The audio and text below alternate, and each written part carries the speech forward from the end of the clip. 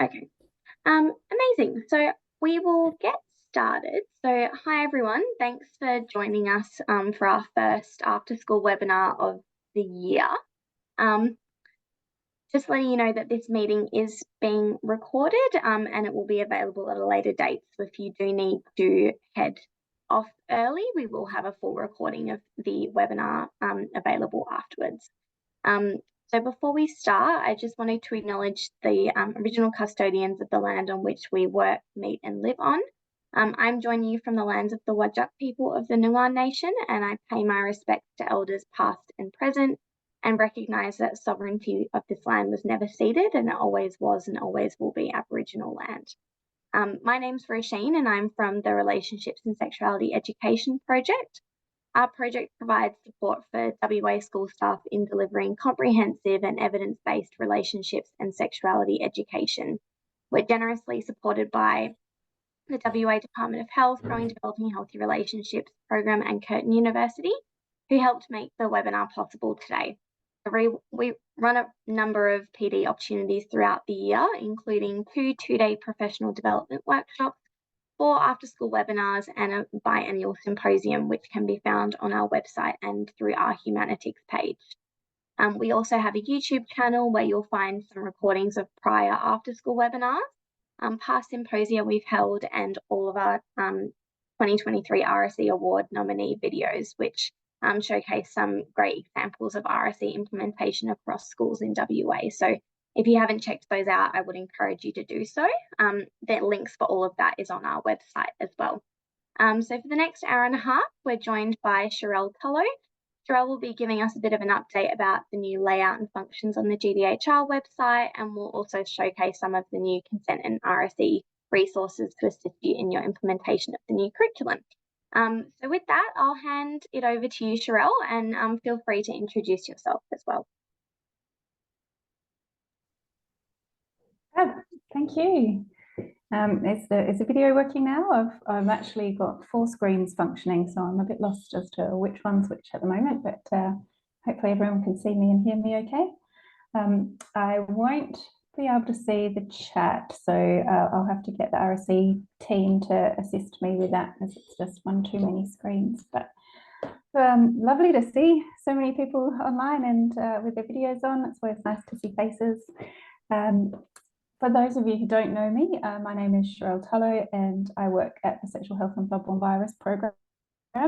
And we're actually part of the communicable disease control. So technically our role is to prevent and control STIs and bloodborne viruses, but what we do is a lot broader than that. And one of my favourite parts of my job is the relationships and sexuality education role. So growing and developing healthy relationships is something that the Department of Health has funded for over 20 years, so long so that when I was a starting teacher many years ago, I was trained in the original iteration of GDHR, and so it's been amazing to see it progress through the years and to be part of the launch of the new website, which is what I'm going to walk through with you today. So as I said, my background is education. I was a primary school teacher. I taught here in Mount Claremont at a beautiful little private school. And then I ran away to London and taught all over London, which was a big change, and became an assistant head teacher over there in East London. And that was very different to Mount Claremont. But I think it's gave me a broad range of experiences as a teacher. And when I moved back over to Perth, I moved into sexual health. So health's always been a massive passion of mine. I am a firm believer in the you can't teach Bloom's without teaching Maslow's. So hopefully I can show you a bit of what we've been doing over the past couple of years and you can apply it in your classrooms. I'm going to attempt to switch between some AHA slides and my screen. This is going to be a challenge. But if you've got another device or if you've got multiple screens, I'd suggest probably a phone is the best way to do this so that you can still see your screen, but however you like to do it, however you would like to do it, if you could join in on the AHA slides there's a QR code. or you can actually type in the URL there.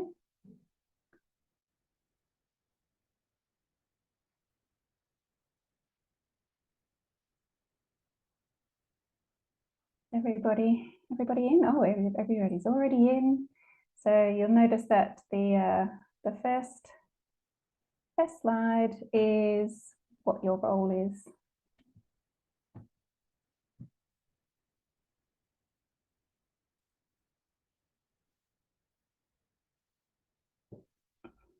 You should be able to see the slides there now on the screen.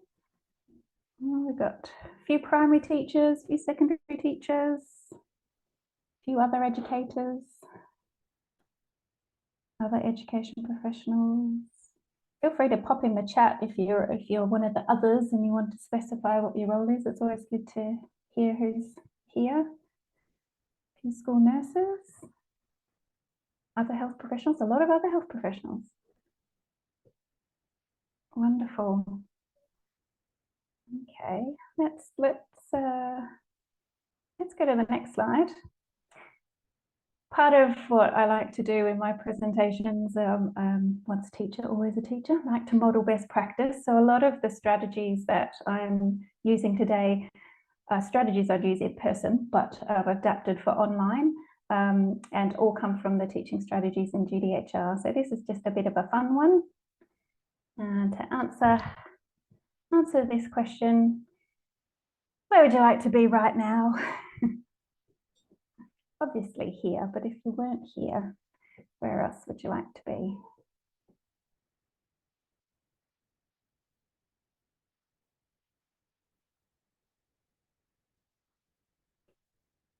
Five seconds to answer. I'm sure it wasn't a hard decision. Let's see. Oh wow. Yeah, I think I agree with 58% of people, although we've got a bit of a range there. All right, and for those of you who are already familiar with the GDHR website, I know there might be some people online who aren't, but just anything that you find really useful on the current website, we'd be really interested to see what people are using already.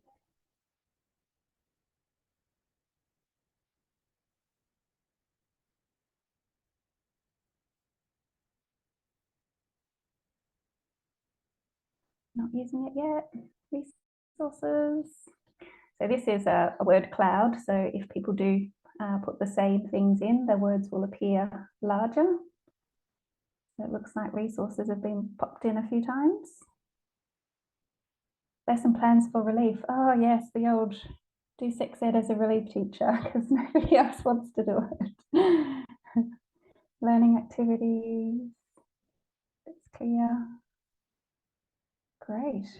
The topic groupings. Only just found out about it. Great. Well, hopefully I can show you a few things. There's people commented there. Explanations. Fantastic. Great. Well, hopefully we've kept all of that great stuff in the new website and just improved it. And one more thing before I show you some of the new stuff is what would you like to get out of the webinar today? What are you interested in finding out about? Hopefully I can tick it off the list before time is up.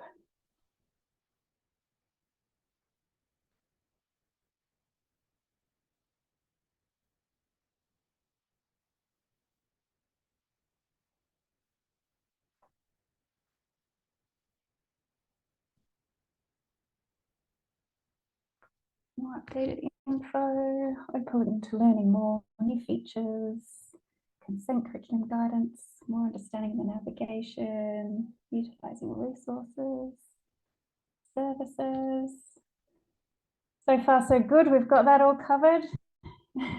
Insight into the resources. New ideas, wonderful.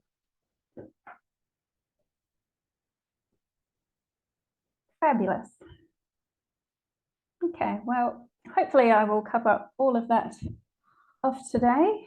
And if I don't, there is a question section at the end where we can hopefully cover off anything that I've missed. So You can stay logged into the AHA because we are going to come back to that at some points, but I'm going to stop sharing that screen and hopefully go back to my presentation.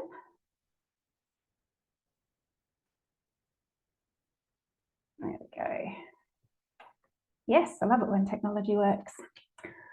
So I thought I would give just a brief overview of what we've been doing over the past. I've been in this role now, well, in a couple of different roles at department for nearly 7 years. So when I first started out, one of the things that I did was I established an advisory group for GDHR. And over the years, and particularly after a consent roundtable that I hosted, we've expanded this group now. It's much, much broader. You can see a whole heap of acronyms there. I'm not going to challenge anybody to guess them all, but we do have a really broad range of key stakeholders as part of that advisory group, and some really passionate people from the Department of Health to the School Curriculum Standards Association here in WA. We've got the Australian Independent, the Association for Independent Schools WA, Sexual Health Quarters, obviously the wonderful Curtin University, Community and Adolescent Health Services, the Australian Research Centre for Sexual Health and Society from La Trobe, and a whole host of other fabulous key stakeholders that I won't list off.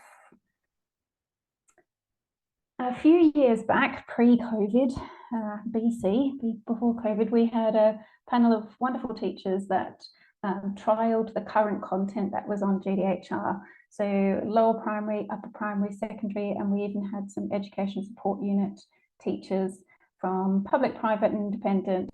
Have a look at the website, have a look at the user navigation, trial the lessons, and provide really extensive feedback on what they thought was great, what they thought needed improvement, and any gaps. And that's really what has framed this improvement process.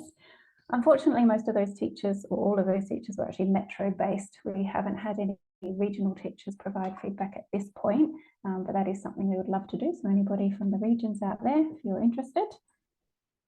We also engaged a local young person who is an illustrator to design some wonderful new images that you'll get to have a sneak preview of. And then we worked with IBC Digital, with their web designers, their graphic designers, and they are who really helped the co-design process to turn all of my ideas into fruition. I am not a web developer, I'm just an ideas person, and they magically turned my ideas into reality. It was quite fantastic to see. And then in terms of the content, we have a range of people that write the content. We have sexual health professionals, ex-teachers, current teachers as well. But then we also consult with specific content experts. So when we write new content, for example, when I updated the information on intersex variations, we liaised with the peak bodies in that area to make sure that our content is best practice. And where we can, we try to work with people who've had lived experience as well to make sure that we're really covering off content as up to date and accurate. So you're going to get a bit of a before and after. Feel free to ooh and ah as you see the exciting new designs.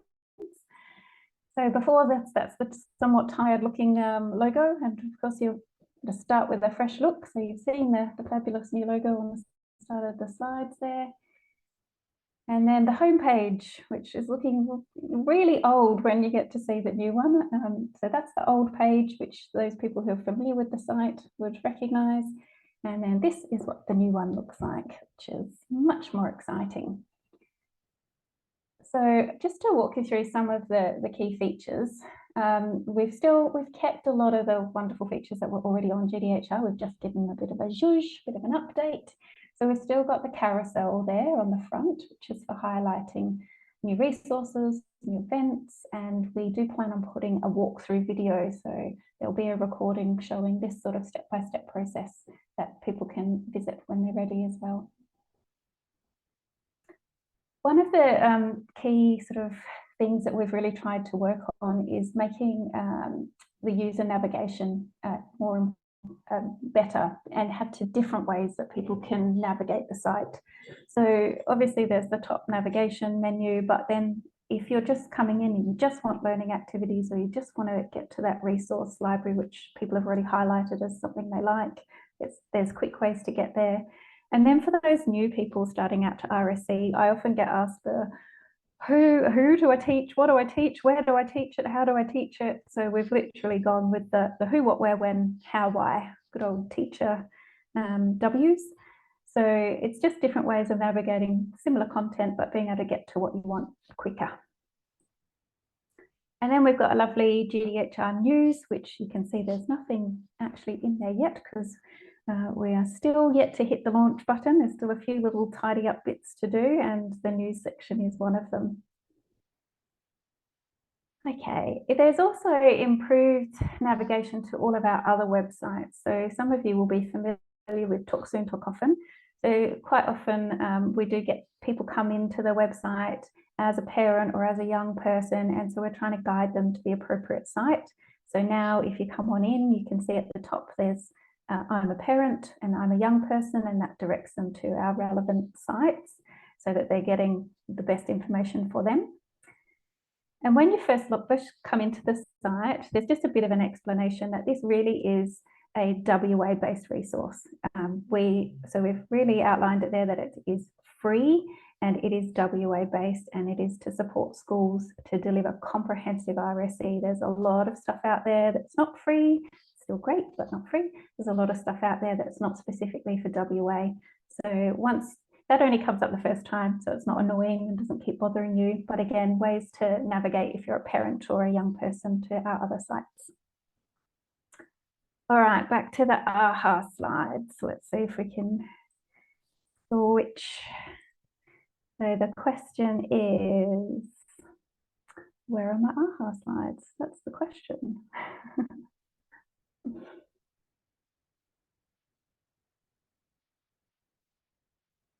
There we go. So the next AHA slide is a bit of a scale of how confident are you to deliver RSE lessons if you are somebody that does deliver them. Wow, that shows me the expertise in the room. Oh, bit of a broader one. I really love this feature. I'm not sure if people have used AHA slides before, but you can see obviously that scale changing as people contribute. Wow, we've got some extremes. Super confident to not confident. Average. Great.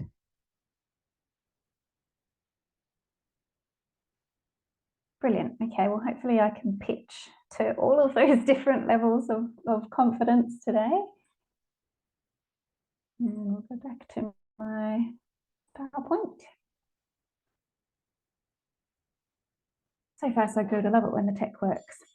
Okay, so in terms of confidence, the idea of the new website is to really navigate people through the step-by-step process. So you can see that top navigation panel is designed in sequence. So to really start people off with the guiding principles and move them through like before starting, and then what tools they're going to need, the learning activities, and all the way through to if all else fails and we haven't covered what you want, you can ask us a question and we can hopefully answer it. And again, back to that, the who, what, where, when, how, why. So in terms of the guiding principles, you might be familiar with these. These are from the Relate program, well known and loved, which got added to the GDHR program.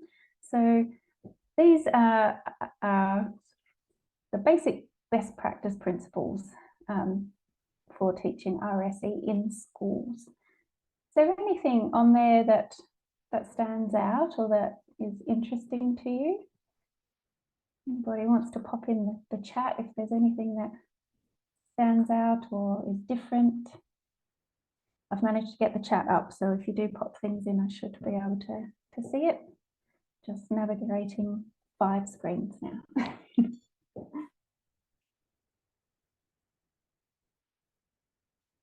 Yeah. Be delivered by a classroom teacher. They want experts. That's an interesting one. I will say these guiding principles are definitely due for an update. These were written quite some time ago. And the latest survey and information does say that young people and parents want RSE delivered by well-trained professionals. Classroom teachers are still one of the best placed people to deliver the content because they know their class really well, they know their demographic, but that's not to say that that there's not the role for experts as well. It is a bit of a joined up approach, and we're going to go over that a little bit later as well. Surprised by encouraging young people to delay sexual activity. Yeah, I think that's an interesting one because we do still promote delaying sexual activity. It's about informed decision making. Although we are sex positive and strengths based, it is still about trying to empower young people with all the information to decide when is best to engage in sexual activity if they want to, when they want to. So it is still, still part of best practice. Okay, the new curriculum. So this is still a bit of a under development, but we've got the new WA curriculum, and I've created it on a bit of a curriculum on a page so that you can see all of the primary, and then there's another page for all of the secondary. And the idea will be, although this is not functional just yet, is that you'll be able to hover over the descriptors and it will point you to the content within the lesson plans that relates to that particular descriptor. So the aim is that there will be something on GDHR that will cover all of the RSE content in the curriculum. And actually, it covers pretty much the whole health curriculum, with the exception of a few nutrition and PE type things which we can't cover. And then this is going back to that who's best placed to deliver RSE. It's really still a whole school approach and a whole community approach. So the Health Promoting Schools framework, which is from the World Health Organization, has been around for a very long time, but you can see there that it's really about the partnerships. It's not just down to the teachers. Parents are actually the first educators of their young people, and we want to work in partnership with parents. We want to work in partnership with external providers as well. You might be familiar with this. This is the World Health Organization actually created the global standards so that they can help to monitor what is a successful or an effective health promoting school. So you can see there that kind of purple, the purple box relates to the image I showed you just before, but then you can see there's a lot broader scope there in terms of school governance and leadership and policies and government policies and resources. That's where I fit in, where we're trying to affect change from a statewide policy and program perspective. So the before you start section, what are we actually having to think about here? What I'm encouraging educators to do before they start an RSE program is to really think about their own values, because everybody brings to a lesson their own experiences, their own culture, their own religion, if they are religious or not religious, so their own values, and how does that affect their delivery of lessons? And then how does what the students bring and their own values affect the lessons or impact on the lessons? So this section covers off things like cultural considerations, how you can adapt lessons for different cultural sensitivities, and in particular working with Aboriginal communities. Obviously a big part of working in WA in Australia. The question we always get is, should it be boys and girls separated, segregated, or should it be co-ed? So there's some tips there around pros and cons.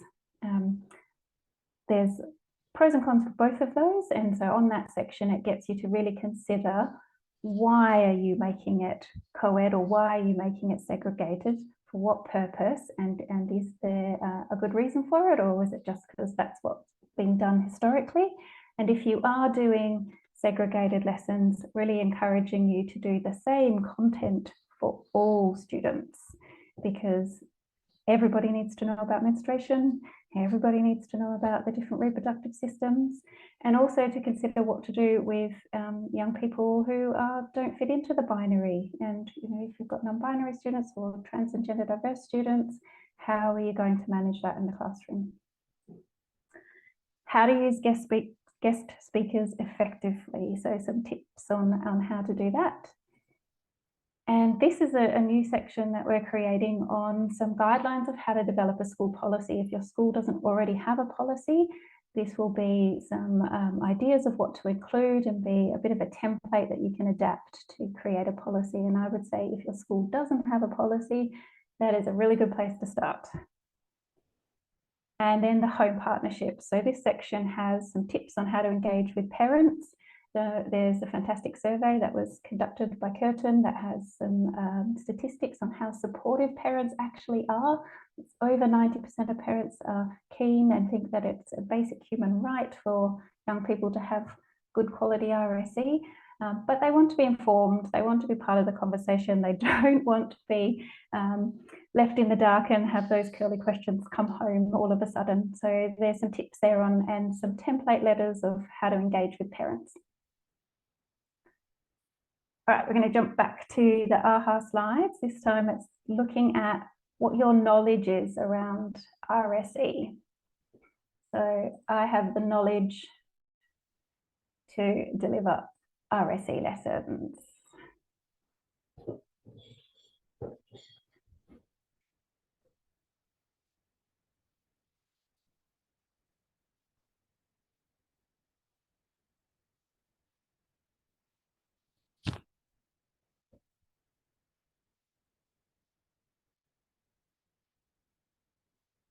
I haven't used these slides before. They're really cool.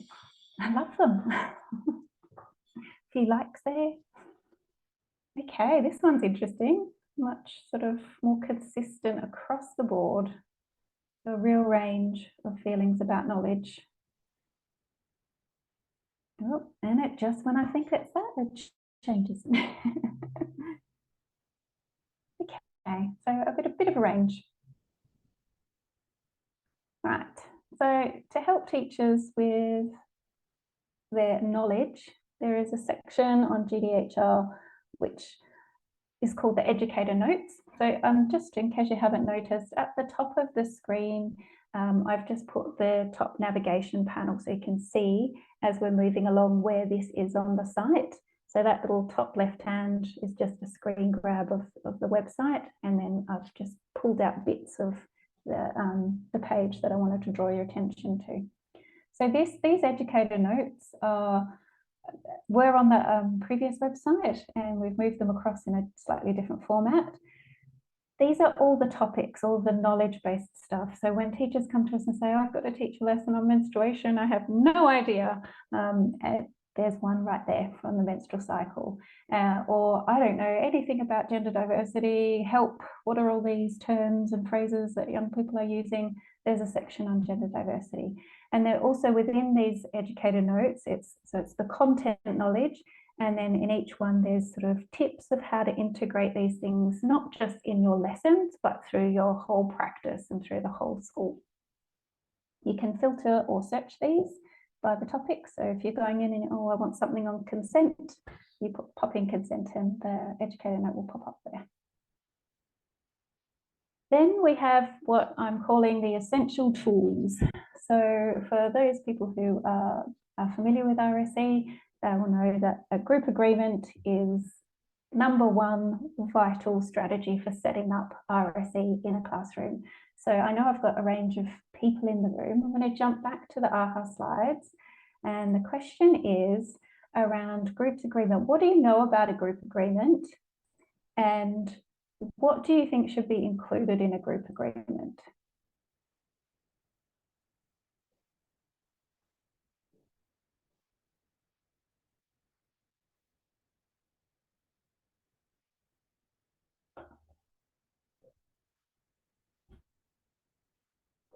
Yes, the right to pass.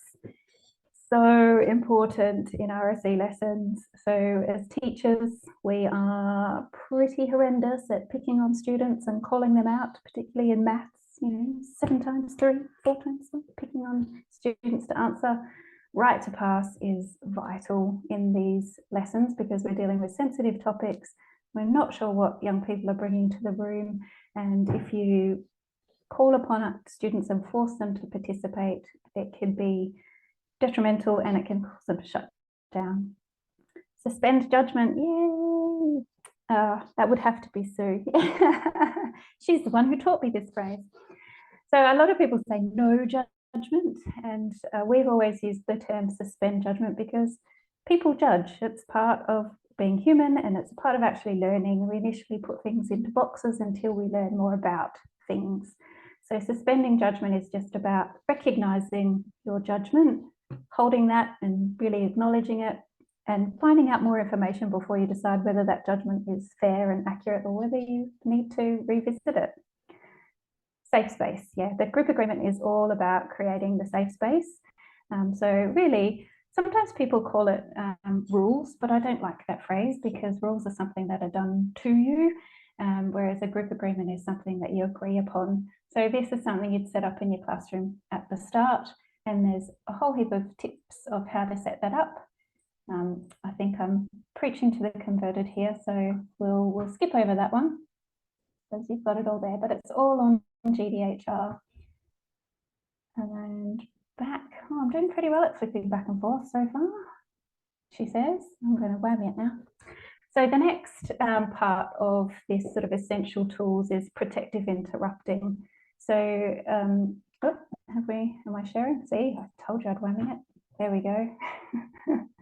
Protective interrupting, for those who aren't familiar, is a really important strategy when you're talking about sensitive topics like this, because there are potential for disclosures when you're talking about relationships and emotional literacy. And this strategy is just a way to protect the teacher themselves and protect the students. And if teachers are really good at knowing, you know, if something's going to be said in class that might not be the best place for it. So this strategy is just to be able to go, hey, listen, looks like you've got something really important that you want to talk about. Do you want to come and grab me at break time and we can have a chat then? And, you know, it might be that something that was not terribly serious, or it might be something that was more serious, and that way, if there is any sort of disclosure, it can be handled in private and in a safe way. On that note, just to go back to the group agreement, another part of group agreements is content warning, and we are going to cover some content in the next part of the presentation that can be potentially sensitive and upsetting to people. So just as I would say in a classroom, I will say to you now, just to practice self-care. If there's anything that we talk about that is potentially upsetting, you're more than welcome to go and get a cup of tea or just check out for a bit, or if you want to chat afterwards, we can refer you on to any services that might be helpful, or you can just have a chat with us.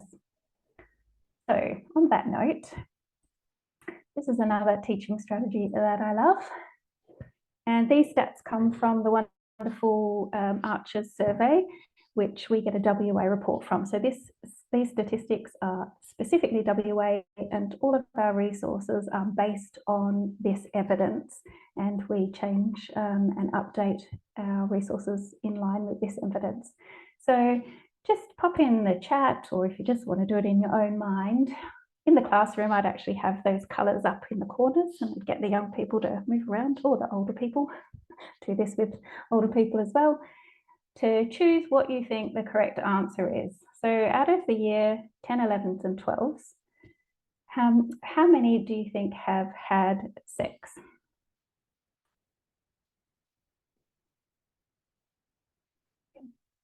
Pop it in the chat.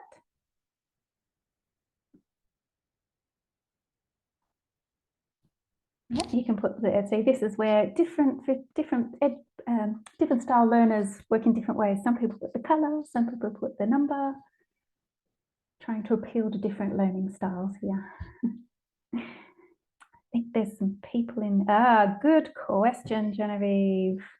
I purposely didn't answer that before I got you to jump in. So the question is, what's the definition of sex?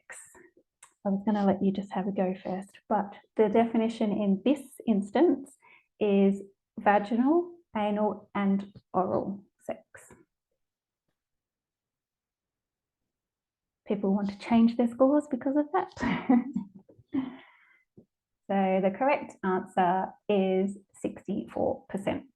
So in previous surveys, it's probably been around 50%. It's a little bit higher that we see in this survey, but it's not really statistically valid to compare across the cohorts because they're different people and it's surveyed every sort of 3 years. That used to previously be 5 years, but interesting nonetheless. Sometimes this is a lot lower than what people think. And I think it's a great stat to share with young people because they tend to have that opinion of everybody's doing it. So it's a good way to show that everybody is not necessarily doing it. This is the content warning bit here. Of that 64% of young people that have engaged in sexual activity, how many of them do you think have experienced unwanted sex?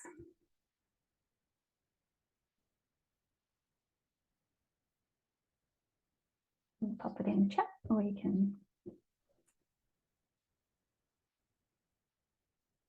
You've got a few 28s, a few 14s.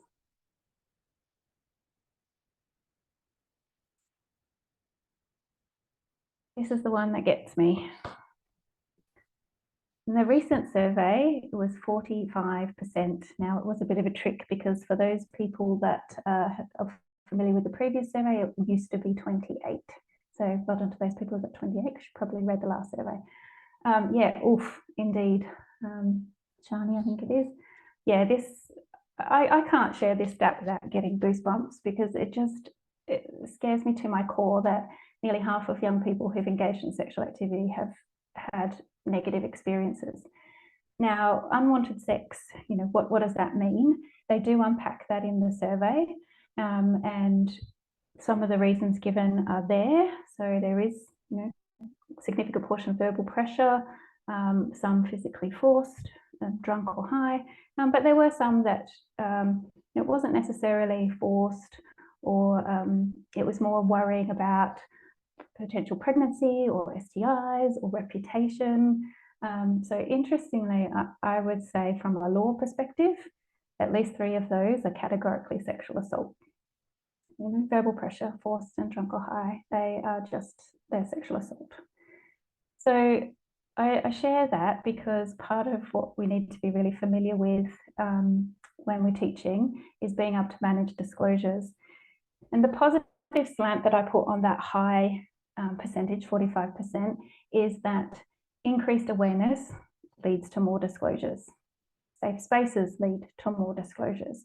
So I'm trying to frame that in a positive light, that with more conversations about consent, more conversations about sexual assault, is more awareness of people coming forward for help. There's a lot of information on GDHR about how to manage disclosures in the classroom or in the school, and ways that you can support students, and not forgetting that we're mandatory reporters as teachers, and the compulsory trainings that we have to do. So there's links to all of that on the site. Question box. I'm sure all of you are familiar. This is a key strategy to use in RSE, and so there's all the tips and setting up instructions on GDHR.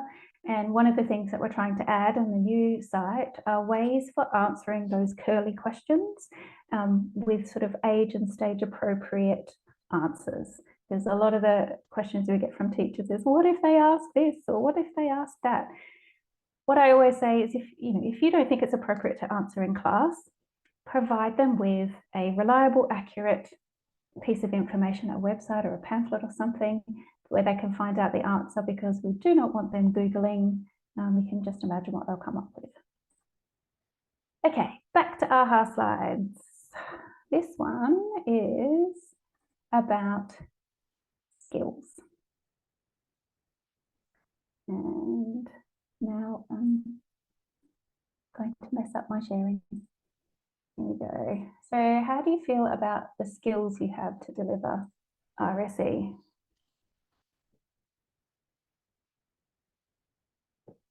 We had a range of confidence and we had a range of knowledge. What about the teaching skills?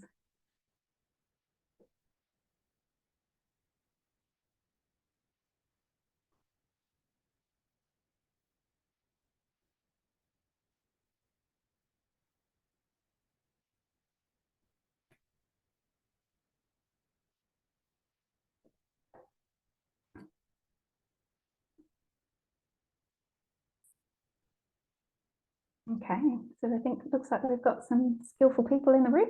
That's great. So in terms of skills,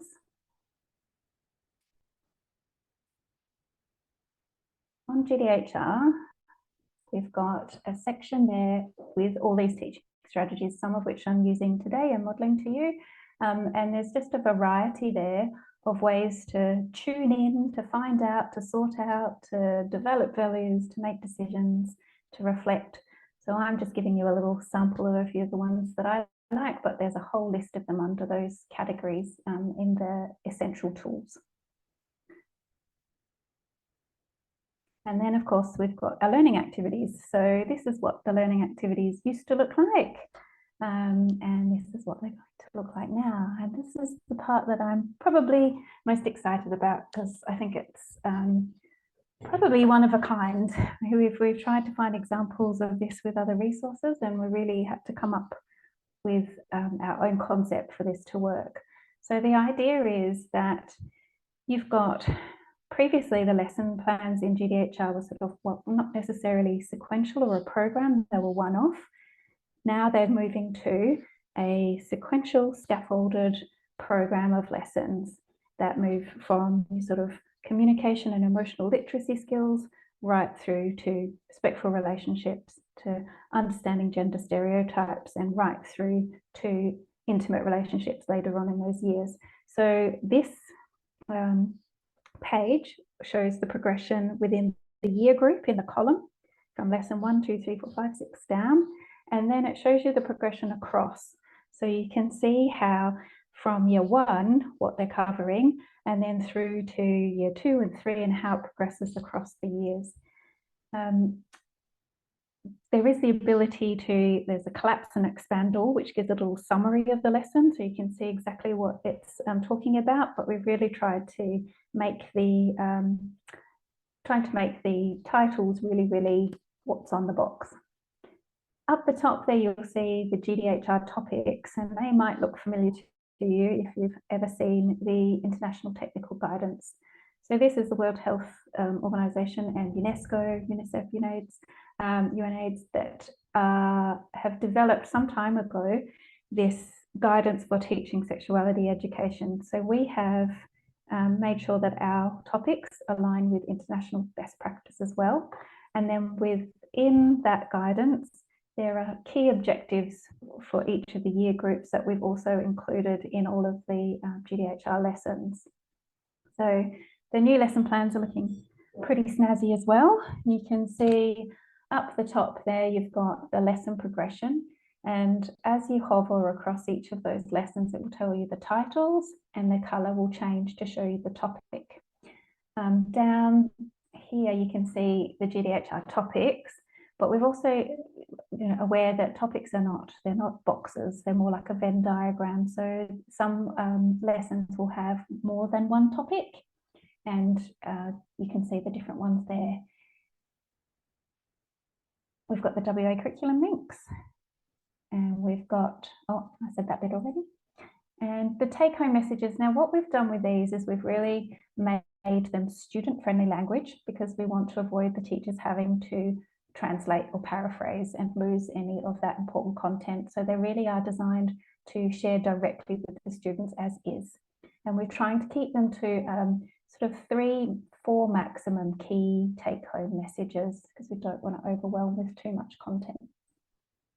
There's the International Technical Guidance. And then we've got our lovely sticky menu, which was part of the user navigation feedback. So for those teachers who are starting out, they really want to go step by step, but for those more skilled teachers who've done it all before, they can jump through to parts of the lesson. So you can jump straight through to the activities, you can jump straight through to the reflection. If teachers are, they might have it up on an iPad that they're following, then they can just jump through to the sections as they need to. And then we've tried to make it super easy to follow with little symbols. So each of the sections is sort of an activity, so that if teachers want to adapt the lessons, they can go, right, I don't want to do that bit, but I can pop this one in. So it's really in sections so that they can adapt them to suit their needs. And then for those teachers who are, again, starting out, we've got really scripted explanations on anything that could potentially be a little bit misconstrued. And the same with the questions. And we've put key questions and then some potential answers so that teachers are well prepared for what students might come up with. Okay, back to you. This is the new WA consent content. So under the sub-strand staying safe, this is obviously secondary school, high school, from 7, 8, 9 and 10. Just want you to have a look there and pop in the chat what you notice about the progression around consent education.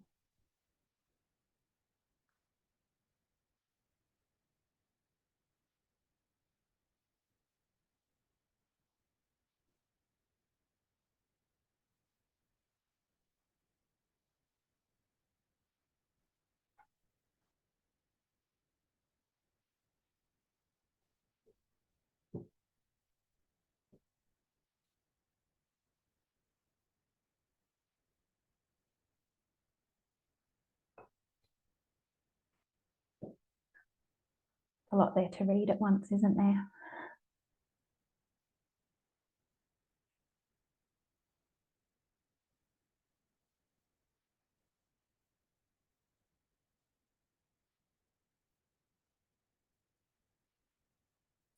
Might just, in the interest of time, I would have liked to have given more time for activities. Oh, we got one there, being assertive. Yeah, assertive communication. Years 7 and 8 are about consent, whereas 9 and 10 are about consent, how to express needs. Yeah. One of the key things that I want to highlight is this. So consent curriculum is already mandated. The rest of the curriculum is all available for familiarisation, which means that it's there, but you're not forced to use it just yet. You can if you want to, and schools might be starting to look at it. But if you have a look at the yellow and the green highlights, you'll notice that across the board, it's pretty consistent at the top, but then you'll notice that explicitly, for the first time ever, drum roll please, we have sexual relationships written. Historically, that was not written, that was not included. So you can see the scaffolding and the building up. What I think is interesting is that, say for example, in year 8, it doesn't say not sexual relationships. It says examining the nature of consent in different types of relationships.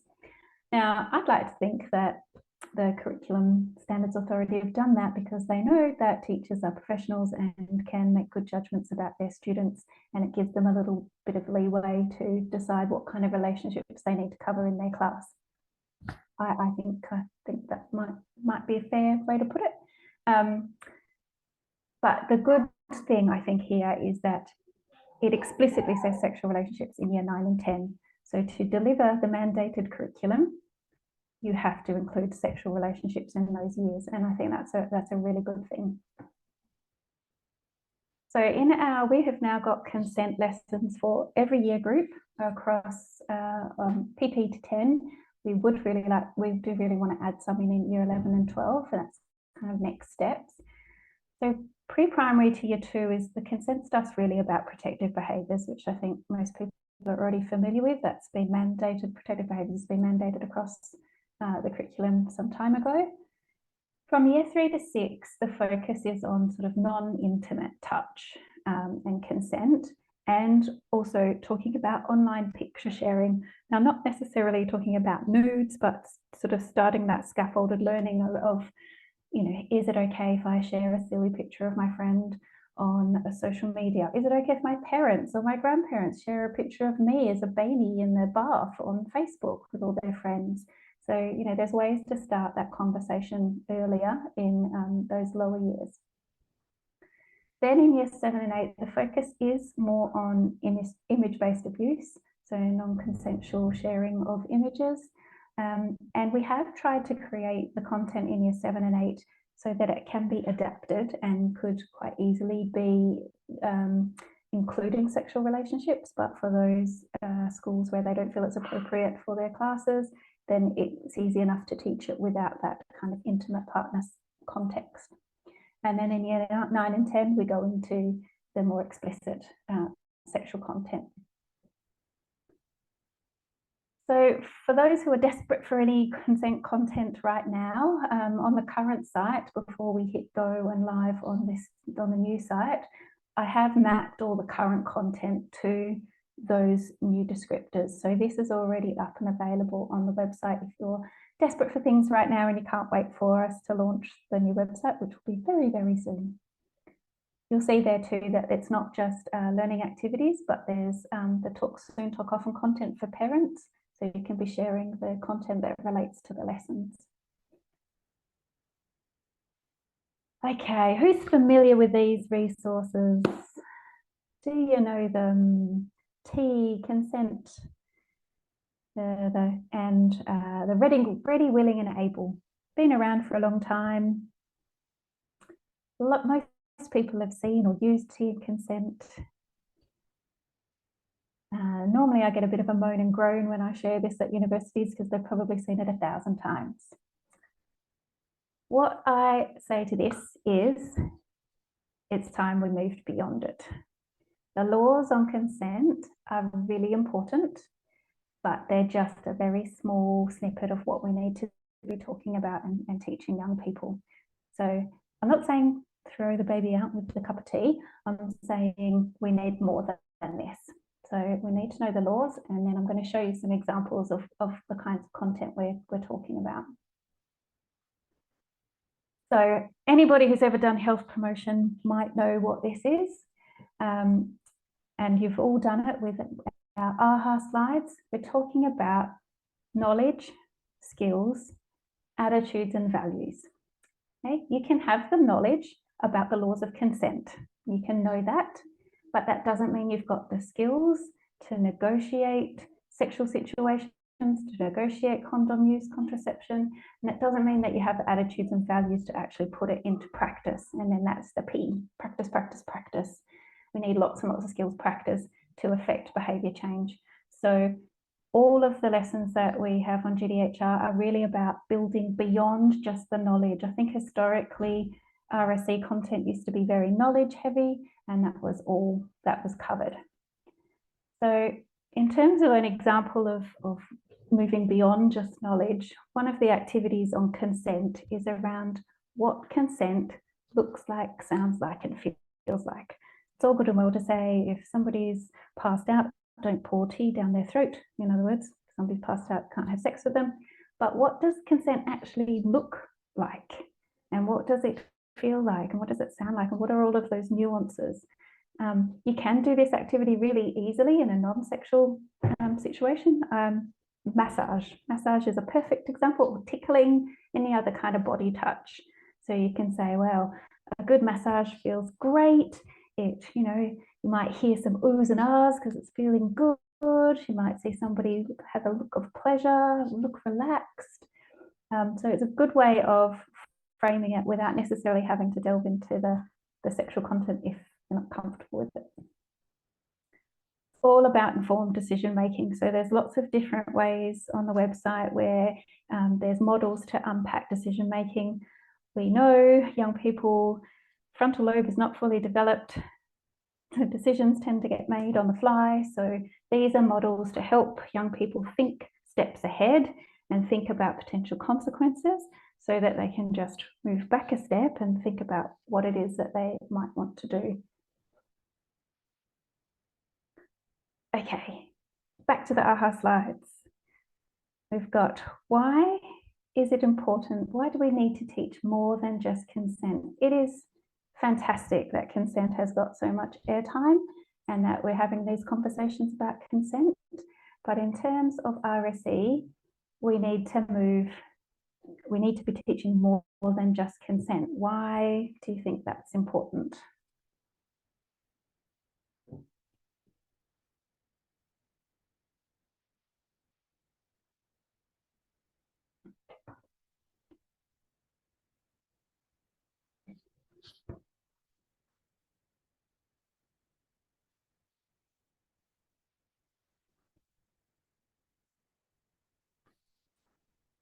healthy relationship skills, yeah. Empowering that decision making.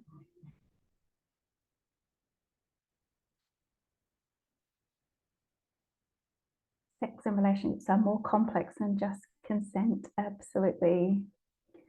Consent, that does really speak to that sort of just the law stuff, doesn't it? That knowledge stuff. The skills to voice consent, yes. And that's just one aspect of healthy relationships. Yep. The nuances when consent's revoked, yep. So what happens if you consent and then you no longer consent? What does that look like? How do you deal with it? How do you communicate it?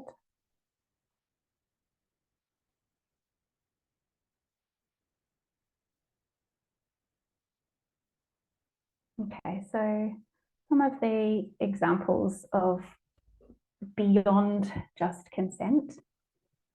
I keep forgetting to press share. There we go. So again, from the fabulous Relate program, which is all on GDHR now as well, it's about respectful relationships. Okay. So there's some activities like this lovely one where you look at different qualities of a relationship and you get the young people to decide what's their most important, what's their least important, what's not important at all, and really opening up those conversations around what a respectful relationship looks like.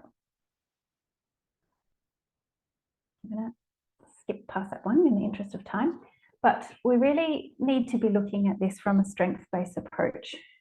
We are coming from a sex positive angle, and we need to be talking about pleasure if we are going to be able to understand consent. Young people have to have somewhat of an understanding that sex is meant to have a degree, at least, of pleasure, to be able to know what they don't want or what it shouldn't be. And if we focus just on consent, it feels like a less strength-based approach, because it's more about the preventing sexual assault. Really, really important, but also we need to look at that strength-based approach. So some of the activities on GDHR are around, why do people have sex? Why do people choose to have sex? Why do people choose not to have sex? And all the different reasons. And this model is going to get a nice little Georgian update as well. But again, it relates back to that international technical guidance, which really shows that comprehensive RSE is about all of these things. It's about safety, it's about relationships, it's about understanding our bodies, it's about understanding gender roles, gender stereotypes, gender equity, it's about our culture, it's about our values, it's about our rights, it's about our human rights, our sexual rights, and then it's all about communication. And only if we have all of that foundation of information can we really be talking about our sexual behaviours and keeping safe in sexual situations, and thinking about informed decision making and preventing unplanned pregnancies, preventing STIs, preventing sexual assault. We need all of that to have a comprehensive approach. So our wonderful resource library, which a few of you mentioned back at the beginning, has had a wonderful George as well. Same wonderful features, but just much easier to navigate. So you can still search by the topics, you can still search by age and type and the location. So you can hop into the site, you can say, I want a consent video, I want it to be an Australian-based video so that the laws are all correct, and I want it for upper primary. And if you tick all those boxes, the resources will pop up to show you what is there. We've also got a new consent brochure, which is about to be printed. And this one's been around for a little while, but the Send Nudes is all about intimate image sharing and consent and laws. All of our hard copy resources, and there are a much bigger range than just these couple that I've showed you, are all freely available to everyone in WA. And for schools and health services, if you get one of these quick mail accounts on that link that below, then you can order them in bulk and they're sent to any address in WA. So you can get one of these for every student in your school.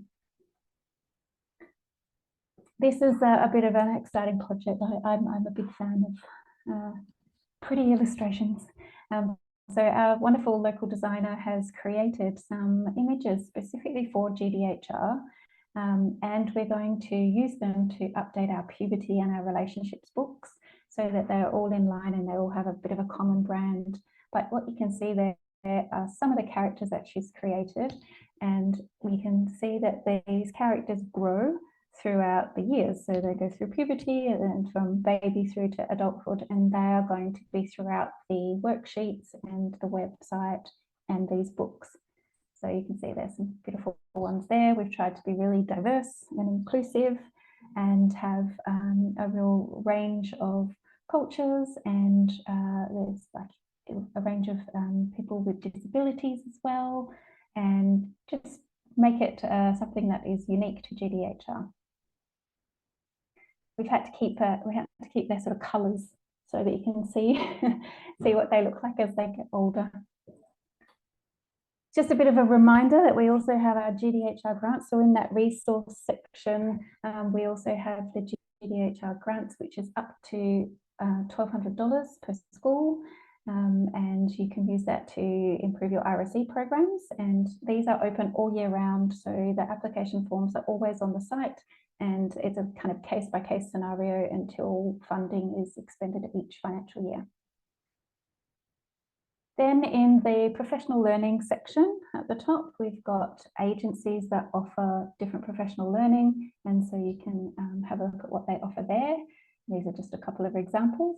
And then we also have pre-recorded professional learning. So any of our previous events like this, there'll be links to that so you can access them at any time. So what's next? We're going to continue to fill in the gaps so that we're covering all of the WA curriculum and hopefully one day the international technical guidance. We're going to go back to the RSE advisory group and get their feedback on what we've done so far. And then we will have the official launch in the next few weeks, hopefully. The old site all the links will still remain. So if you've got any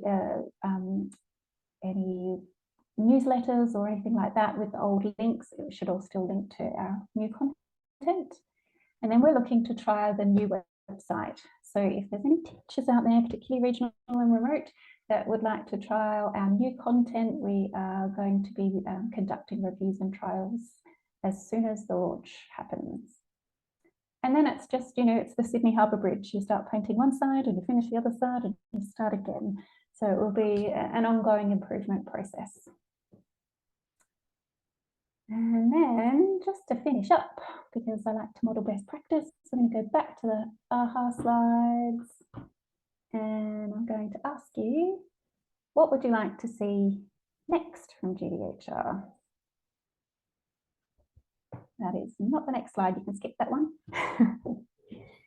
What would you like to see next from GDHR? Now this one, well, after you've submitted, you can actually vote on other people's submissions. So I'll show the submissions yet.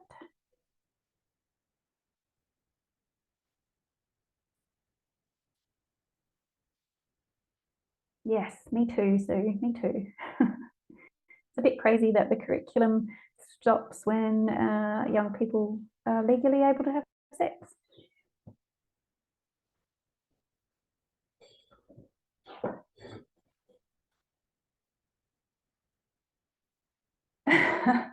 Collaborating with other states. Oh, you've got the wonderful Shine in South Australia. They do some great things. We do often work with other states, yes, definitely. The Sexual Health and Bloodborne Virus program is actually affiliated with all the other sort of similar programs across the state. And we all work to meet the same targets and goals in our state and national strategies. So we're always working together. Stats on effectiveness of interventions. Yes, I would love some research on that. That's a bit of a tricky one. We've got local agencies, yep, and contacts in the area. Early childhood, okay, interesting. So even before pre-primary.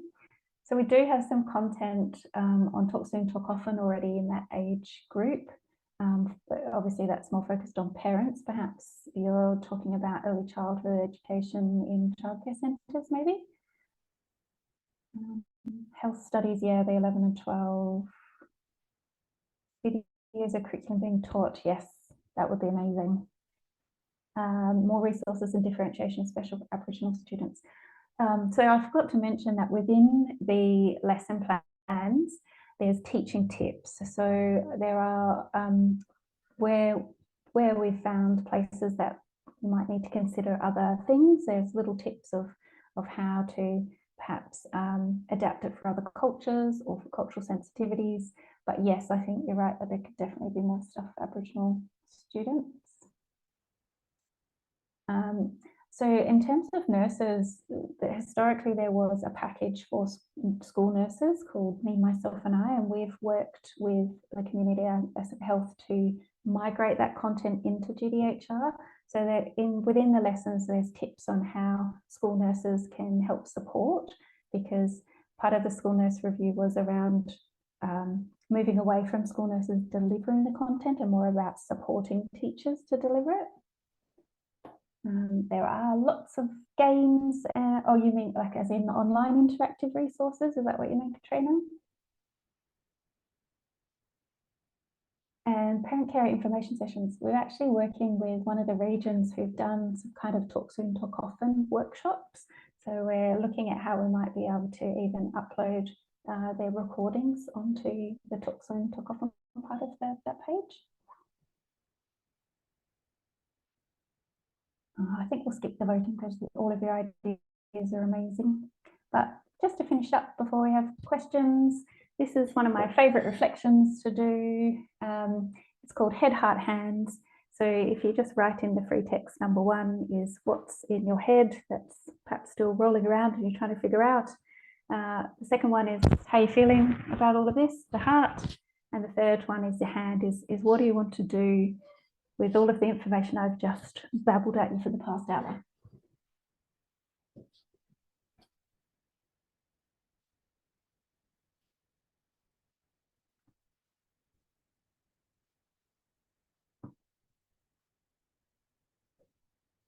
And then if you have any questions, you're welcome to pop them in the chat.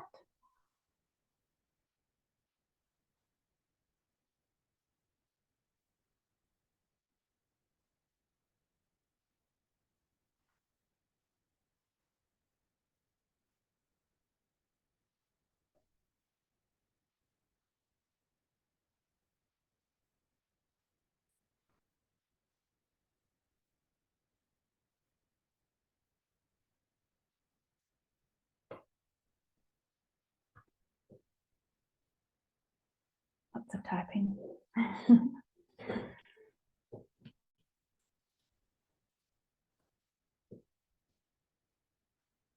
Yeah, that stat does stick in your head, doesn't it? 45%.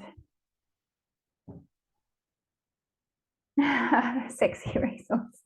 Love it. Wonderful.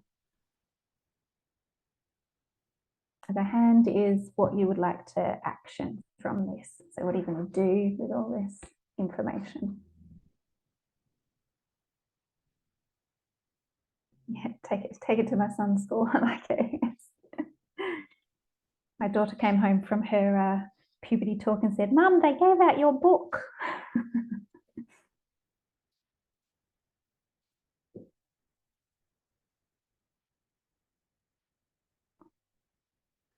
Launch date to be advised. We're yes, desperately trying to sort of finalize the content, but it's very close to sort of being ready to switch over. Fantastic. Does anybody have any questions? We've got a little bit of time. Anyone's got any questions in the chat? I can see the chat now. Great, feel more comfortable with the content. Oh, that's great. Really, really pleased to hear that. Definitely been showing it to the pre-service teachers. Wonderful.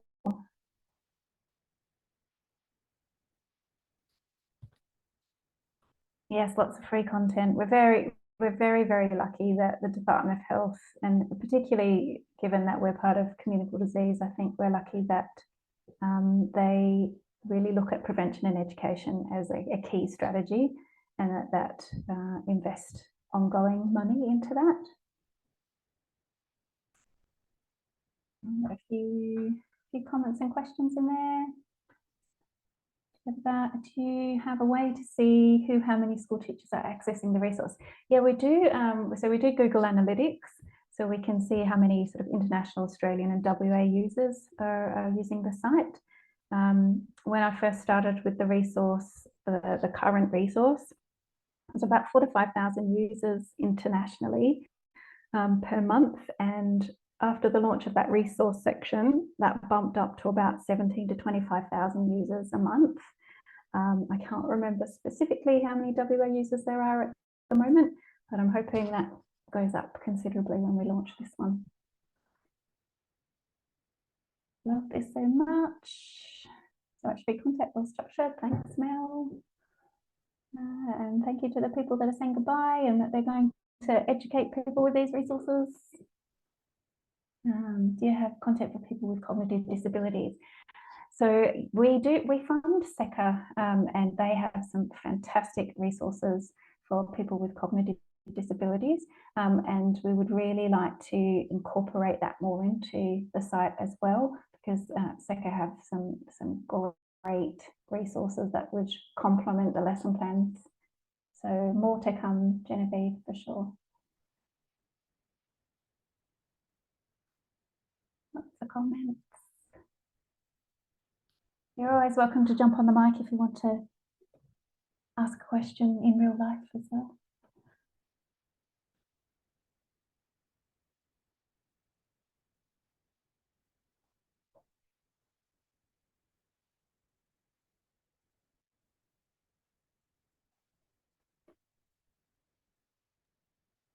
Thanks, Jackie.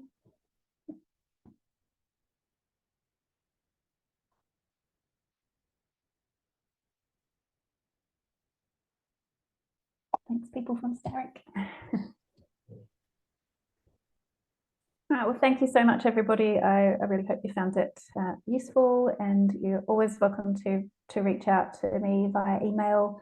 We do have a wonderful new person starting in the team in a couple of weeks who will be working in the schools role, and so hopefully we'll be able to inject some more passion and time into getting this past the post and live for you.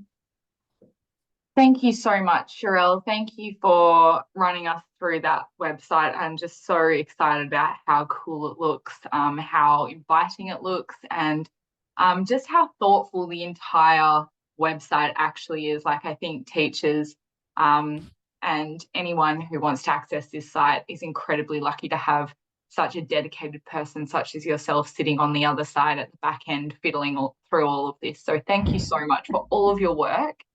Can we all please do some applause reactions for Sharelle, or you know, on the screen if you like. Let's show Sharelle some love.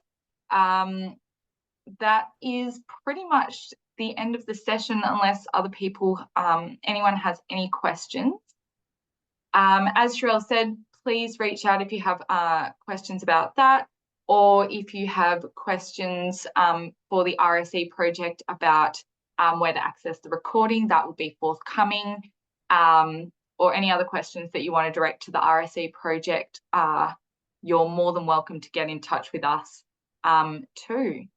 So if that's all, I wish you all a lovely evening, peaceful, full of cups of tea and consent. And yeah, thanks so much for joining us today. Thanks, everybody.